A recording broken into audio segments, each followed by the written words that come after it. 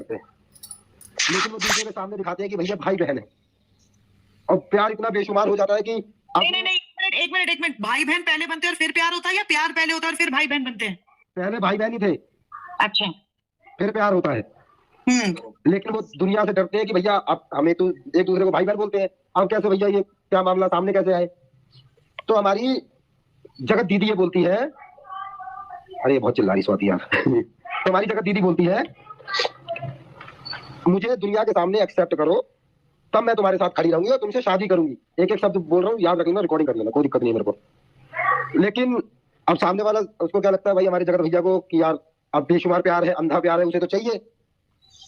और हमारी जो जगत दीदी थी उन्हें ये लगता था कि भाई ये बात एक्सेप्ट नहीं कर पाएगा दुनिया के सामने, भाई बहन वाला रिश्ता, नहीं तो थू हो जाएगी। लेकिन ये बात जगत दीदी ने खुद अपने मुंह से बोली थी, दुनिया के सामने एक्सेप्ट करो। तब जाके जगत भैया ने वो चैट दिखाई जगत दीदी के कहने पर।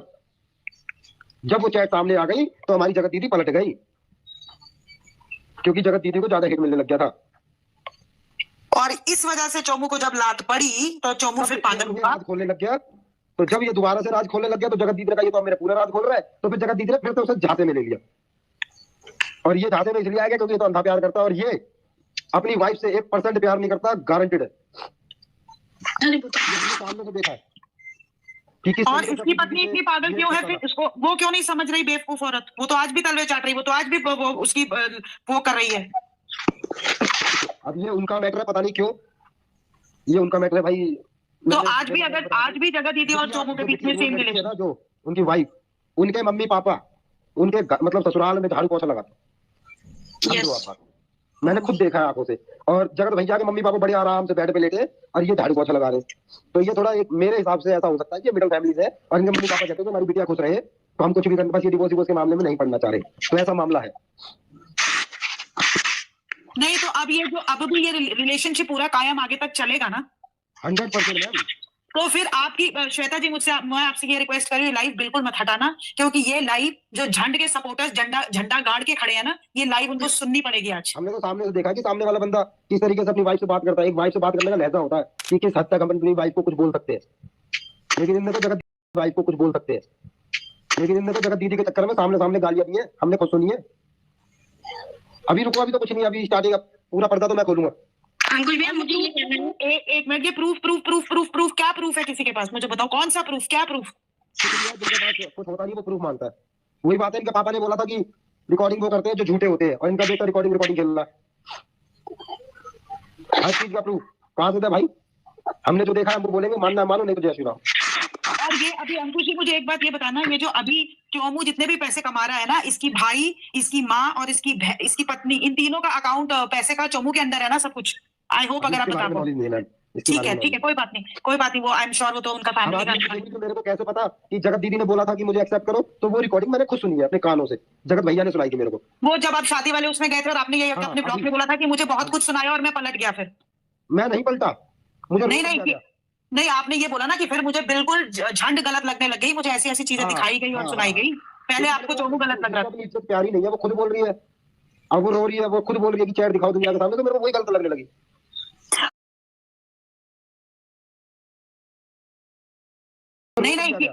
नहीं आपने ये बोला ना कि फिर मुझे बिल्कुल झंड गलत लगने लग गई, मुझे ऐसी ऐसी चीजें दिखाई गई और सुनाई गई। पहले आपको चोमू गलत लग रहा था। इज्जत प्यारी नहीं है, वो खुद बोल रही है, अब वो रो रही है, वो खुद बोल रही है कि चैट दिखाओ दुनिया के सामने, तो मेरे को वही गलत लगने लगी। और एक जो अंकुश, एक चीज ये जो अभी निकल के आ रही है कि चोमू जितना भी पैसा कमा रहा है, ये डील है, ये सारा पैसा 50-50 होगा झंड में और चोमू में। इसके बारे में नॉलेज नहीं है मैम। अच्छा, ये भी आपको नहीं पता?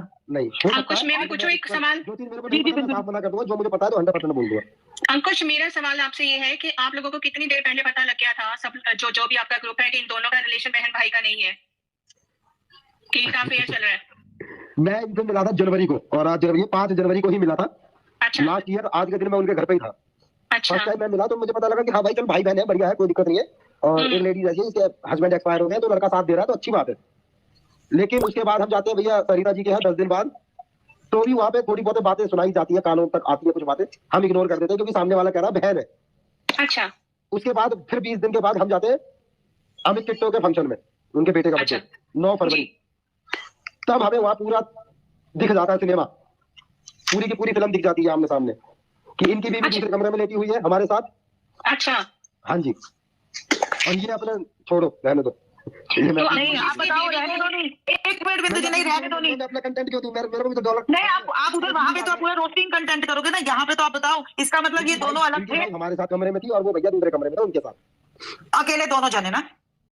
कि सचिन मनीषा एक हो चुके थे और साथ रह रहे हैं, तो इससे ऑडियंस में एक खुशी की लहर थी, क्योंकि सभी लोग यही चाहते थे कि सचिन और मनीषा एक दूसरे के साथ रहें और खुश रहें। लेकिन यहाँ पर तो एक के बाद एक खुलासे होते जा रहे हैं और ये कंट्रोवर्सी ख़त्म होने का नाम ही नहीं ले रही। जिस तरह से सचिन ने कहा था कि 2025 की शुरुआत में ही हम एक नई शुरुआत करेंगे और सब कुछ ख़त्म करके एक साथ रहेंगे, लेकिन भाई यही तो समझ में नहीं आ रहा है ऑडियंस के कि क्या ख़त्म करके और किसके साथ रहेंगे, क्योंकि अभी भी बहुत सारे खुलासे होते जा रहे हैं जो कि ये ख़त्म होने का नाम नहीं ले रहे हैं। कभी अलका ये सारे कंट्रोवर्सी का मास्टरमाइंड सरिता जेठू को बता रही हैं, तो वहीं सरिता जेठू जी अलका पे आरोप लगा रही हैं कि ये इसे ख़त्म होने नहीं देना चाहती। तो वहीं अंकुश ने भी कर दिए हैं बहुत सारे खुलासे जो कि आपको चौंकाने वाले हैं। इस हिसाब से तो भाई ऐसा ही लग रहा है कि 2025 भी इसी कंट्रोवर्सी में चला जाएगा। लेकिन जिस हिसाब से अंकुश बता रहा है कि ये सारी कंट्रोवर्सी की स्टार्टिंग ही नेहा ने की है, उस तरह से तो हम भी ये सोच के बहुत ही ज़्यादा शॉक्ड हैं कि क्या कोई लेडी ऐसा भी कर सकती है। सिर्फ पैसे के लिए कोई इतना कैसे गिर सकता है। ये खबर आपके लिए भी उतनी ही ज़्यादा शॉकिंग होगी जितना कि ये खबर हम सब के लिए है, क्योंकि नेहा आशीष तिवारी जो कि जगत दीदी के नाम से विख्यात हो चुकी हैं, वो ऑडियंस के सोच से भी बहुत आगे निकल चुकी हैं।